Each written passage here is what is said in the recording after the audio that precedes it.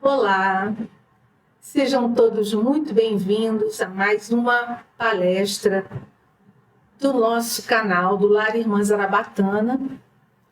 O meu nome é Rose Campos, para aqueles que ainda não me conhecem, sou colaboradora do Lar Irmã Zarabatana e hoje eu vou trazer para a nossa reflexão a primeira parte de um estudo que eu preparei com muito carinho para trazer aqui para nós, a respeito dos chakras.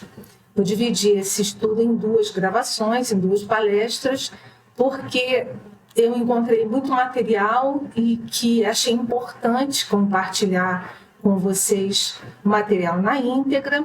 Realmente, uma palestra de meia hora não seria o suficiente, por isso eu convido a todos a assistirem essa primeira apresentação e também a segunda apresentação que virá ao ar oportunamente.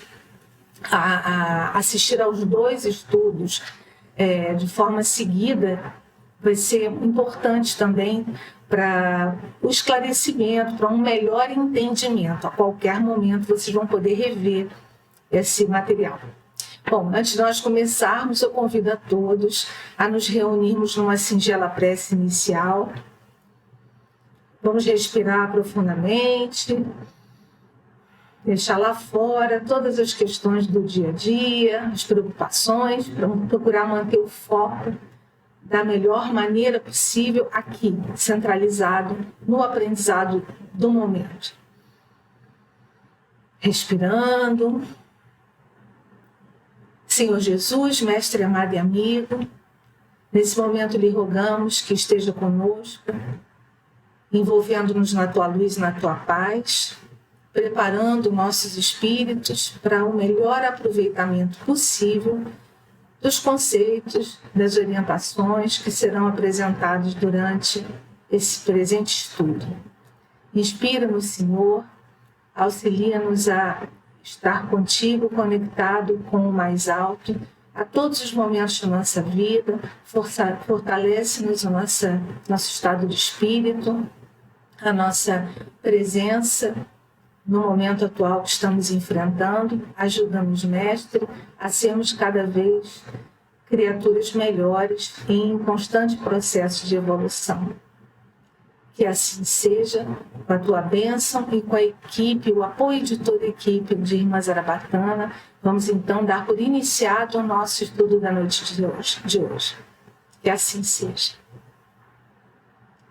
Bom, meus irmãos, eu trouxe para nós um material que eu preparei chamado Os Chakras Etéricos, e ele está baseado num material encontrado num livro do espírito Ramatiz, que foi psicografado pelo médium Hercílio Mais, e Ramatiz traz para nós conceitos bem simplificados de temas muito transcendentais com relação à constituição do homem.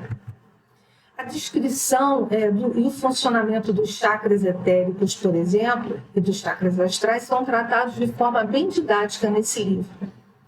Eu procurei trazer o material que eu encontrei no livro de Ramatiz, porque também encontramos, pesquisando, a gente não encontra material sobre os chakras nas obras básicas de Allan Kardec. A gente vem encontrar em obras complementares, principalmente nas obras de André Luiz. André Luiz aborda esse tema nos livros Entre a Terra e o Céu, nos livros Evolução e Dois Mundos, mas com uma linguagem bastante rebuscada, um pouco mais de difícil compreensão, e eu encontrei esse material mais leve através da fala de Ramatiz. E André Luiz e Ramatiz estão muito similares na forma de apresentar esse assunto dos chakras. Enfim, a gente vai se basear na obra Elucidações do Além. Bom, Hercílio Mais faz essa obra num esquema de perguntas e respostas. Ele pergunta assim a Ramatiz: sobre os chakras, poderia nos explicar esse tema complexo e ainda desconhecido para a maioria dos espíritas? Ramatiz responde: Embora para alguns neófitos espíritas o problema dos chakras ou centros de forças etéricas ainda signifique assunto controverso e algo duvidoso, o certo é que os hindus, egípcios, caldeus e outros já trataram dessa matéria antes mesmo da era cristã. Ramati se posiciona dessa forma porque, principalmente há algumas décadas atrás, na época em que esse livro foi psicografado, assim como os livros de André Luiz, psicografados por Chico Xavier, que eram tratados do assunto de chakras, principalmente naquela época, por não se tratar de assunto encontrado nas obras básicas, muitos irmãos e irmãs espíritas não aceitavam a questão dos chakras, o conceito dos chakras como sendo um postulado espírita, como sendo um assunto a ser tratado pelo espiritismo.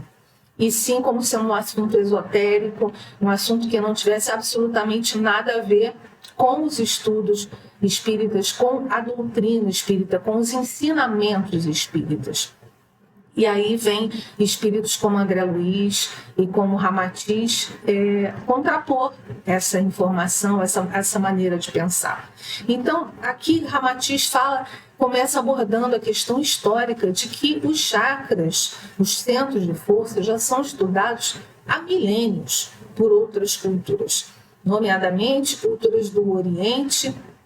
E por isso que nós temos aqui no Ocidente ainda uma ideia de que os chakras são uma questão voltadas para o esoterismo.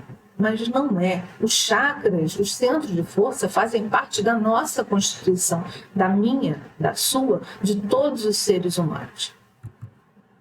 E então, Ramatiz ainda dá algum detalhe, ele vai dando exemplos, falando sobre essa questão histórica do estudo dos chakras. Ele diz assim: as estátuas de Buda, que viveu 600 anos antes de Cristo, principalmente na estátua de Todaiju, que fica na cidade de Nara, no Japão, essa estátua foi erigida no ano 749. Eu trouxe aqui uma imagem para ilustrar para nós. Olha que imponência, que bonita essa estátua. Ele diz: essa estátua já apresenta o iluminado instrutor espiritual da Ásia com o chakra coronário, no alto da cabeça. O chakra coronário situado no alto da cabeça e envolvido por uma grinalda de chamas esculpidas na pedra, significando a união das forças espirituais dos mundos superiores com as energias do mundo físico em evolução. Você vê que o entendimento da existência do chakra já é um conhecimento aqui no nosso planeta que já está aqui entre nós há muitos e muitos anos. E ele diz: o conhecimento dos centros de forças etéricos remonta de longos séculos, pois os hierofantes, que é como se chama os sumos sacerdotes, clarividentes egípcios e hindus, sabiam julgar a capacidade dos seus discípulos e adeptos pela simples visão da transparência, do colorido e da extensão do diâmetro de cada chakra do duplo etérico. Por que nós intitulamos essa palestra, esse estudo de chakras etéricos? Ramatiz nos explica, ele traz uma informação bem específica de que nós, encarnados aqui na Terra, temos os nossos chakras, nossos centros de força localizados no duplo etérico. E André Luiz comenta em suas obras, André Luiz fala mais, desenvolve mais a respeito dos chakras astrais, ou seja, os chakras que existem e que permanecem no perispírito, no corpo espiritual. Então, nós temos os chakras etéricos que estão ligados, atuando no corpo físico, e nós temos os chakras espirituais, os chakras astrais, os parachakras, atuando no corpo perispiritual. Então, a gente até já antecipou essa resposta. Os chakras etéricos, então, se localizam aonde? No duplo etérico ou na aura? A aura é essa expansão energética do nosso duplo etérico. eles se localizam no duplo etérico. O duplo etérico ele é bem juntinho do corpo físico. A aura já é uma expansão que vai um pouco mais para fora. E, enfim, é uma expansão energética que já tem um colorido especial de acordo com pensamentos e sentimentos da criatura, e esse conjunto energético, então, cria a aura. O duplo etérico é essa energia, é nosso corpo energético que dá a vitalidade ao nosso corpo físico e que é o intermediário entre o perispírito e o corpo físico. Tá? A gente poderia dizer que ele é uma cola, né? É aquela colinha energética e que promove todo o estado, toda a vitalidade do nosso corpo. À medida que o espírito vai plasmando o seu corpo, Ramati está explicando a respeito dessa formação do duplo etérico. À medida, então, que o perispírito vai plasmando o seu corpo de carne para uma nova encarnação, utilizando o gráfico ou molde pré-existente do perispírito, como a gente já estudou, o perispírito é o modelo organizacional do corpo. É um modelo biológico organizacional que vai dar a formatação do novo corpo. À medida que ele vai formando o novo corpo, o duplo etérico, esse corpo energético, também vai se formando. De que forma? Pela exudação do éter físico. O éter é onde nós estamos mergulhados. Nós temos o éter mais ligado ao nosso planeta, mais ligado à matéria densa, temos o éter, uma forma mais densa. E ele, então, apesar de ser imponderável, ele é matéria. E ele é matéria do planeta, ele é matéria física. Então, ele vai sendo exudado, ele vai sendo derramado de forma a ir permeando aquele corpo, novo corpo que está sendo formado. Então, o duplo etérico vai se formando pela exudação do éter físico e consolida-se, então, como um fiel intermediário das sensações físicas para o mundo oculto e do mundo oculto para a consciência física. Então, pouco a pouco, os chakras vão se ajustando e progridem também, os chakras também progridem e se desenvolvem, segundo informa Ramatiz, na altura dos plexos nervosos do corpo do homem. Então, é através da formação do corpo físico, que é formado seguindo o molde orientador biológico, que é o perispírito. E, ao mesmo tempo, esse duplo etérico vai se formando através do éter físico, com a condensação, o agrupamento do éter físico, que vai, então, criando esse corpo energético junto ao corpo físico, permitindo a comunicação entre o corpo espiritual e o corpo físico. Estou falando aqui bastante sobre o corpo físico, o corpo etérico, o corpo astral.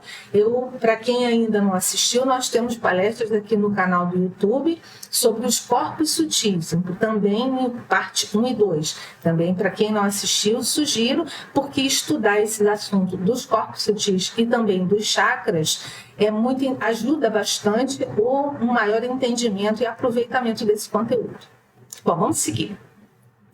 Diz Ramatiz a respeito de como é que se apresentam esses chakras, como é que eles são vistos, como é que a dinâmica deles.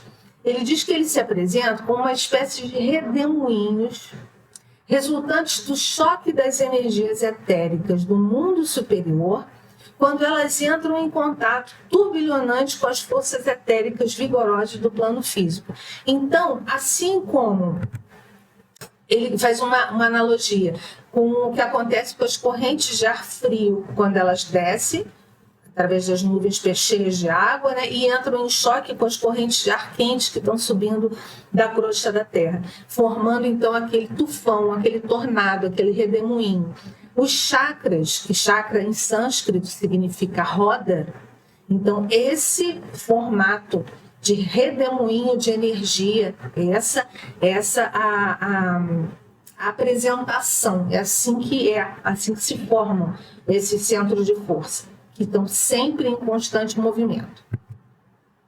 Os chakras, continua Ramatiz, quando observados de perfil, no seu veloz funcionamento giratório, eles assemelham-se a verdadeiros pratos ou pires de energias turbilhonantes com uma depressão no meio. Aquele é um pires, um giro, vamos imaginar aqui um pires, mas com uma pequena depressão no meio, né? Como se fosse um cone, mas com um cone bem larguinho assim, bem achatadinho, mas tem aquela depressão no meio. Ele depois comenta no livro que o único chakra que não tem esse formato seria, depois a gente vai ver que é o último que nós vamos estudar, é o chakra da coroa, que já se apresenta, o chakra coronário, ou o chakra da coroa, que já se apresenta com o formato de uma coroa mesmo, aberta para cima, e não mais como esse pires. E ele ainda fala, os chakras, eles giram com os ponteiros do relógio, como o ponteiro do relógio na direção da esquerda para a direita, situando-se a 6 ou 7 milímetros na superfície do duplo etérico. Então a gente tem o corpo duplo etérico, esse corpo energético, e os chakras estão ali, olha, a milímetros na superfície do corpo duplo etérico, fazendo essa comunicação entre corpo físico e corpo espiritual. Vistos de frente, os chakras, eles lembram o movimento vertiginoso das hélices de aviões. Mas essas hélices, ou seja, esses chakras que parecem hélices girando, estariam desprendendo deles cintilações de cores variadas devido ao prana ou à vitalidade que os irriga, e que também essas energias vistas se decompõem de modo prismático. O que é o modo prismático? É irradiando colorações das mais variadas. Nesse estudo eu não vou trazer um embasamento esotérico, que é bastante fácil de se pesquisar quando fala as cores de cada chakra. A Ramatiz, no estudo, no livro, ele fala um pouco mais a respeito das cores e vai dizendo que tipo de coloração eles costumam irradiar, emanar, mas isso também varia muito, mas muito mesmo, do estado de cada uma das pessoas. Cada ser é único,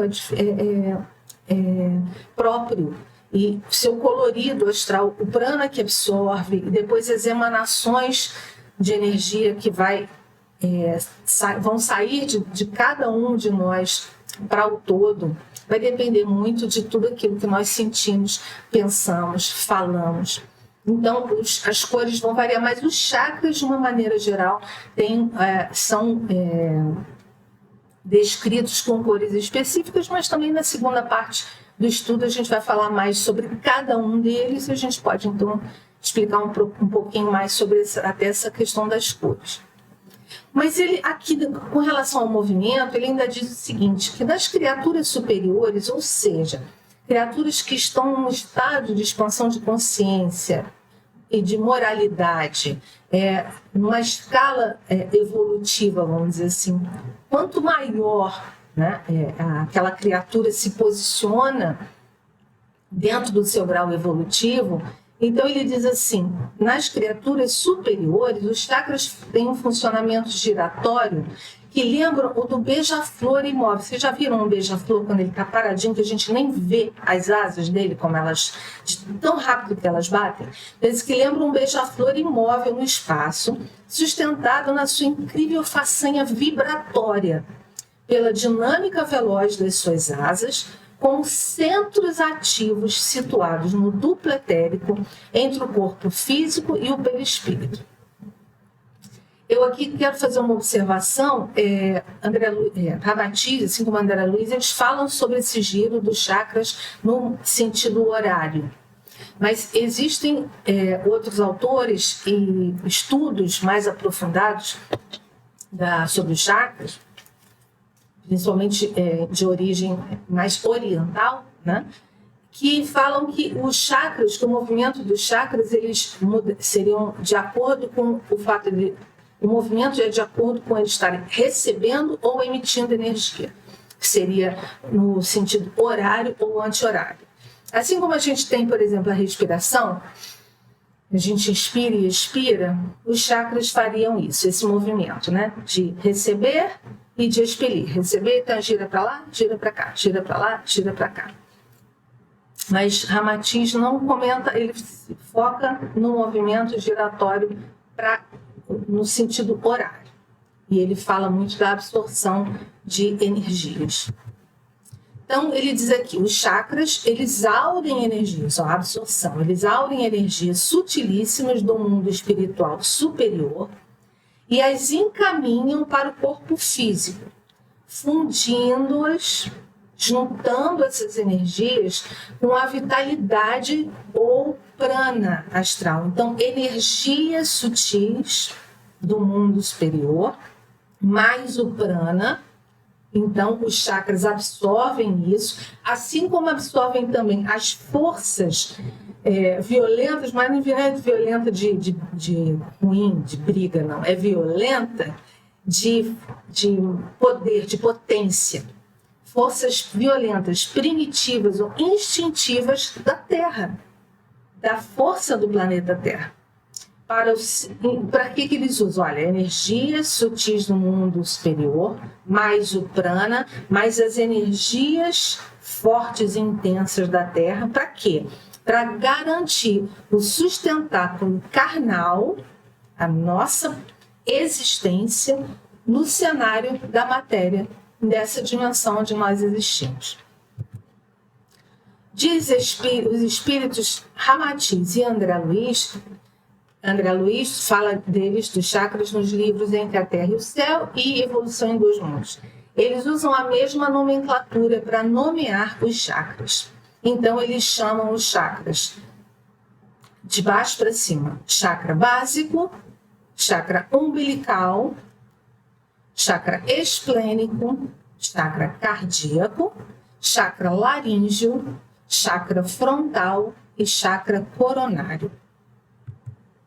Bom, a gente tem que ressaltar que existem algumas variações nessas nomenclaturas que podem ser encontradas se você vier a pesquisar a respeito dos chakras na internet, por exemplo, em outros livros, em outros autores. Então, principalmente essas variações estão na nomenclatura dos chakras inferiores. A gente pode encontrar, por exemplo, a descrição da existência do chakra básico, de um chakra sacral ou sexual, chakra sexual, e um chakra de plexo solar, ou então chakra gástrico, ao invés de chakra umbilical.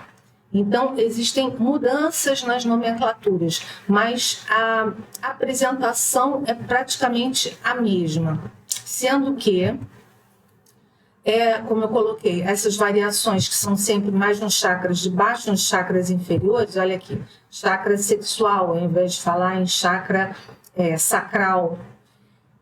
Há uma questão também importante. Tanto André Luiz quanto Ramatiz, eles colocam o chakra esplênico como sendo um dos 7 chakras principais. Mas na grande parte dos autores, principalmente na orientação que vem do Oriente, dos estudos, dos yogis, do hinduísmo, do budismo, dos chineses, eles colocam os 7 chakras como sendo 7 chakras que estão na vertical, seguindo a linha vertical da coluna vertebral. Mas se vocês repararem bem, o chakra esplênico, ele está ligado ao baço. O baço, ele não é na coluna vertebral, ele é um pouco mais para a esquerda. Então, muitas dessas correntes, dessas linhas, colocam o chakra esplênico como um chakra secundário. Então, os chakras principais seriam, vou voltar aqui, olha aqui, eles colocam Ramatiz, assim como André Luiz, básico, umbilical, esplênico, você vê, como um dos 7 principais, certo? E a gente tem o cardíaco, laríngeo, frontal e coronário. E em outras variações, a gente já teria o básico, sacral, plexo solar, cardíaco, laríngeo, frontal e coronário. E não o esplênico. Esses que falam dos 7 ligados à coluna vertebral também mencionam, diferentemente de André Luiz, de Ramatiz. Ramatiz associa os chakras aos plexos nervosos, principais plexos nervosos do corpo. E outras correntes também mencionam a associação com as glândulas, então eles estariam associados às glândulas do sistema endócrino, ou seja, as glândulas, no caso, ovários ou testículos para os homens, né? Glândulas suprarrenais, a glândula do timo, tireoide, paratireoide, hipófise, a glândula pineal. Então, essa também é uma diferenciação. Ramatiz não fala sobre as glândulas, mas ele fala sobre os plexos. Mas estudando sobre os chakras, a gente também encontra essa associação com as glândulas e, consequentemente, com órgãos do corpo. Os chakras são esses centros de força que vão, então, alimentar energeticamente sistemas muito importantes do corpo físico que irão trazer para nós a harmonia de funcionamento e de saúde, de perfeito funcionamento. Então, como a gente falou dos chakras secundários, essa colocação do chakra esplênico como um chakra secundário, eu vou falar um pouquinho sobre os chakras secundários. Existem muitos, porque, na verdade, os 7 chakras seriam os principais, mas nós temos milhares de chakras. E é como se cada poro nosso fosse um funilzinho desse aberto para recepção de energia. Você viu? Milhões de poros, milhões de chakras. Mas nós temos alguns outros. Então, nós temos os principais, que Ramatiz e André Luiz colocam o esplênico como o principal. Na segunda parte, a gente vai falar bastante sobre cada um deles e a gente vai falar, inclusive, o motivo dele falar bastante sobre o chakra esplênico para nós espíritas, que inclusive trabalhamos com o passe. É muito interessante falar sobre esse chakra. E os chakras secundários, então, eu vou mencionar aqui alguns deles. A gente tem, por exemplo, o chakra nucal. Essa imagem eu peguei de um estudo da professora Nancy Trivelato, que fala muito também a respeito de energia, de estado vibracional, e ela fala muito sobre os chakras. Então tem essa figura em que ela fala sobre o chakra nucal, que são chakras que são observados quando a pessoa está em desdobramento e percebe o corpo, né, do corpo físico da pessoa, chakras atuando, o chakra humeral nas costas, os chakras palmares nas mãos, existem chakras nas pontas dos dedos. Eu particularmente, tenho muita percepção energética no momento do passe, tanto na palma das mãos, como também deixa eu desligar aqui o cronômetro, tanto na palma da mão, quanto também na ponta, no chakra das pontas dos dedos. É uma percepção muito nítida na hora da aplicação do passe.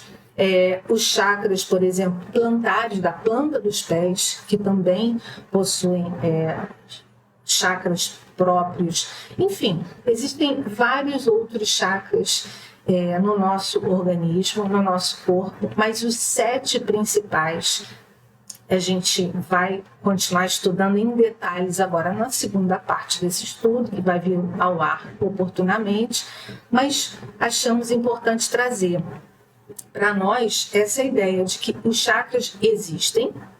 Na doutrina espírita, os espíritos superiores, amigos espirituais como André Luiz, como Ramatiz, que estão vêm nos trazendo essas informações, vêm ratificar a existência desses centros de força, que são órgãos, assim como nós temos os nossos órgãos físicos, eles são órgãos energéticos, e que com o tempo, com o futuro, a medicina, conforme vir a evoluir, e é isso que nós estamos vendo através da evolução dos trabalhos, das pesquisas científicas, quanto mais a medicina tiver comprovação e puder medir essas energias que fazem parte do nosso complexo, maior vai ser a possibilidade de nós tratarmos ainda de forma mais aprofundada e com maior eficácia as questões do nosso corpo físico e também as questões do nosso corpo astral. Bom, o duplo etérico como diz ele, com seu sistema de chakras ou centros de forças etéricas situadas à sua periferia, ou seja, na periferia do duplo etérico, ele é realmente conhecido há muitos séculos pelos velhos ocultistas e iniciados hindus, egípcios, essênios, caldeus, assírios, chineses, embora só agora os mentores espirituais resolvessem popularizá-lo entre os espiritualistas do Ocidente. Agora, já há alguns anos, chegou a nossa hora, nosso momento de, então, entendermos isso. Porque muitas correntes falam no chakra sexual e a gente, aqui no Ocidente, fala-se pouco em chakra sexual, por exemplo. Que quando essa informação veio através de Leadbeater, da teosofia do Oriente para o Ocidente, na época da Inglaterra pós-vitoriana, não se podia falar em chakra sexual. Daí ele ter falado no chakra esplênico, por exemplo. Então, é uma questão de adaptação ao entendimento da nossa cultura ocidental, mas que é tempo da gente aprender, da gente entender e da gente ter a consciência de que isso faz parte de nós. O Espiritismo, conclui Ramatiz, é doutrina evolutiva e de incessante pesquisa no campo da espiritualidade. Kardec sempre disse isso. O Espiritismo deveria estar sempre estudando, sempre evoluindo, sempre acompanhando a ciência, sempre com uma ideia de progresso, nunca com uma ideia de ficar estagnado. Eu adoraria particularmente de ver hoje, por exemplo, um estudo de Kardec aprofundado a respeito dos centros de força, dos corpos sutis. Imagino que maravilha de estudo, de codificação Kardec não traria para nós. Bom, com isso termino a apresentação dessa primeira parte do estudo. Vamos ficar com atenção para a próxima data, em que será divulgada a segunda parte. Pedindo ao mais alto, ao Mestre Jesus, que nos envolva a todos em muita paz, muita bênção, muita proteção. Encerro a nossa apresentação de hoje com o meu muito obrigada. Até a próxima, pessoal.